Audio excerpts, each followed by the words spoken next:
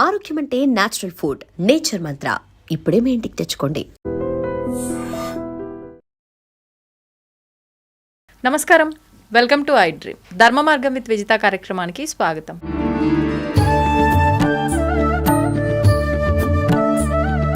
ప్రస్తుతం మనతో పాటు ఉన్నారు ప్రముఖ ఆధ్యాత్మికవేత్త, హనుమత్ మరియు శ్రీ విద్యా ఉపాసకులు బ్రహ్మశ్రీ శివయోగి సిస్లా జయశంకర్ గారు. ఇప్పుడు గురుగారితో మాట్లాడదాం.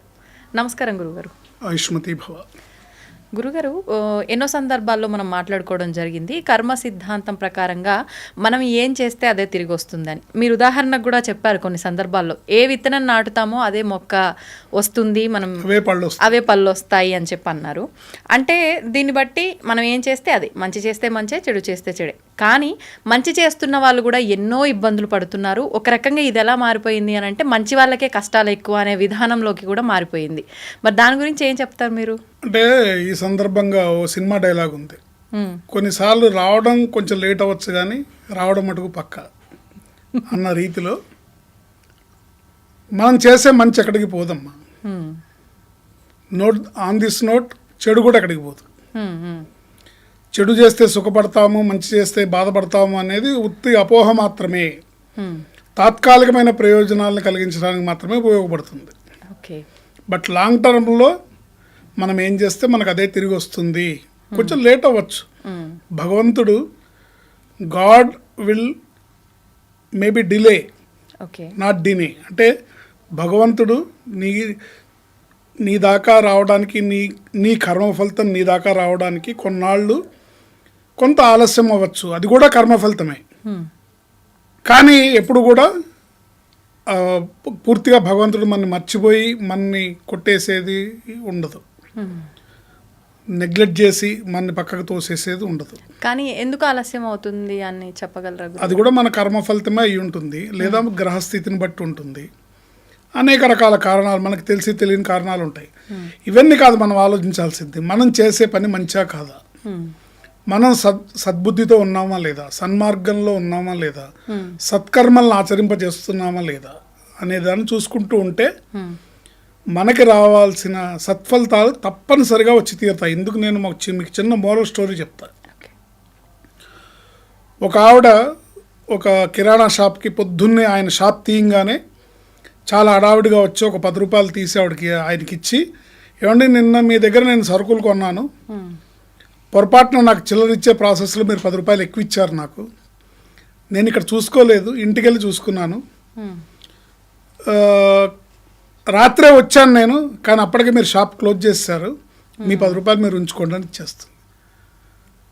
అమ్మా 10 రూపాయలే కదా, ఎందుకంత ఎమర్జెన్సీగా నువ్వు ఇంటి నుంచి మళ్ళీ రాత్రి ఒకసారి వచ్చి పొద్దున ఒకసారి వచ్చి అంత అవసరం ఏముందమ్మా, ఈసారి వచ్చినప్పుడు ఇచ్చేదానివి కదా, ఏమైందంటే కాదండి నాకు భర్త లేడు, మా ఆయన బతికుండంగా ఎప్పుడో ఒక మాట చెప్తుండేవాళ్ళు, పరుల సొమ్ము పాము వంటిది, 1 రూపాయి కూడా మనది కాంది మనం ముట్టుకోకూడదు, మనకు సంబంధం లేనిది మనం తీసుకోకూడదు అని అంటుండేవాళ్ళు.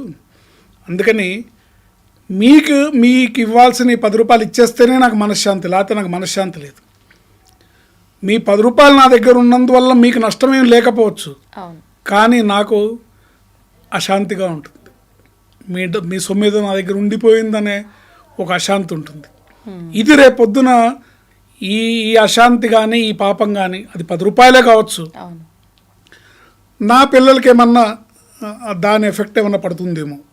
ఇప్పటికే తండ్రి లేని పిల్లలు, అందుకని మీ రుణం నేను తీర్చేసుకోవాలని వచ్చానంట.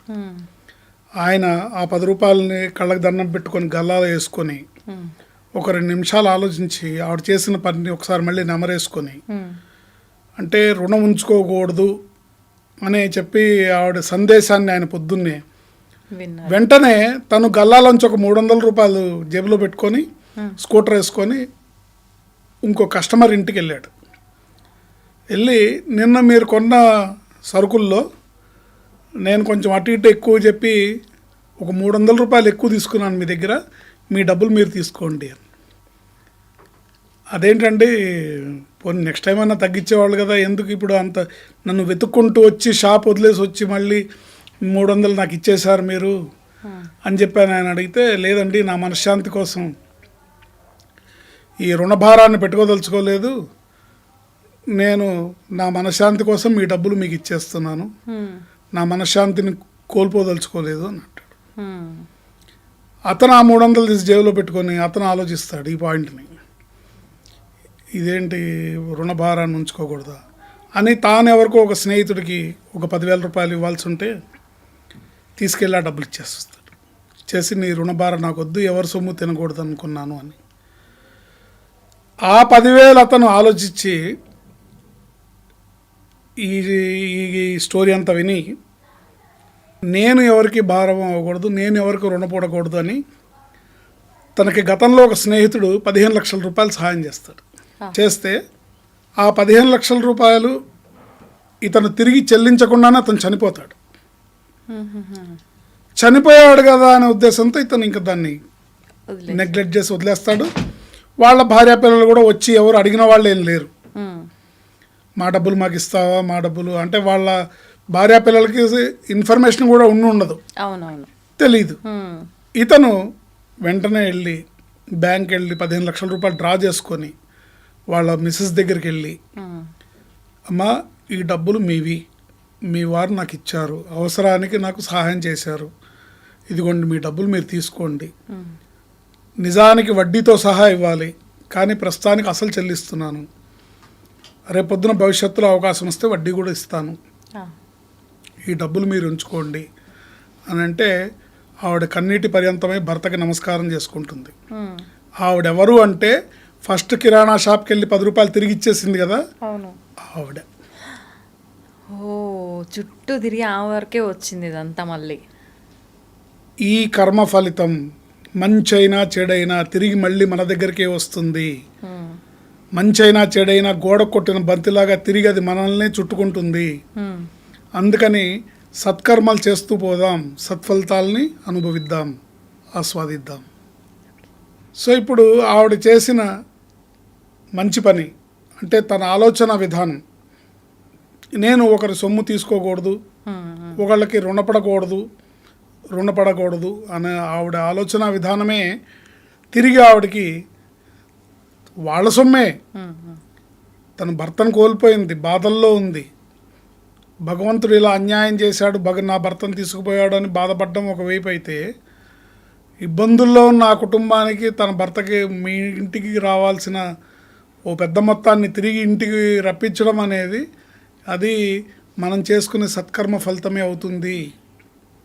తను చేసిన తను ఏ మార్గంలో అయితే తను వెళ్తుందో, ఏ విధంగా తను ఆలోచించి ఎవరికి రుణపడకూడదని నిన్న కిరాణా షాప్ యజమానికి తిరిగి తీసుకెళ్ళి 10 రూపాయలు ఇచ్చిందో, ఆ సద్బుద్ధే ఆమెకి ఒక పెద్ద మొత్తాన్ని తిరిగి తన ఇంటికి చేర్చే విధంగా అనుగ్రహించింది. ఇదే విధి విచిత్రం, ఇదే దైవ సంకల్పం, ఇదే దైవం యొక్క సహాయం. ఈ విధమైన మార్గంలో మన జీవితాన్ని నడుపుకోవడమే ఉన్నతమైన జీవితానికి మార్గాన్ని చూపిస్తుంది. ధన్యవాదాలు గురుగారు. ఆయుష్మతి. And for more videos, please subscribe to iDream. Please subscribe to iDream. Please subscribe iDream. And please subscribe to iDream. For more videos, subscribe to iDream. please like, share and subscribe to the channel. Congratulations, iDream. Subscribe to iDream. Subscribe to iDream. So subscribe to iDream Media. iDream team andarki huge congratulations. Please subscribe iDream Media. Please subscribe to iDream. Subscribe iDream. Please subscribe to iDream. iDream అంటే నా కళల ఛానల్ను subscribe చేసుకున్న నోరు తిరుగుతలేదు, మీరైతే గంట గుర్తు కొట్టండి. For more such videos, please subscribe to iDream. Subscribe to iDream. Please subscribe to iDream. Please subscribe iDream Media. Please do subscribe to iDream. Please subscribe to iDream Media. For best entertainment and information, please subscribe iDream. And don't forget to subscribe to iDream.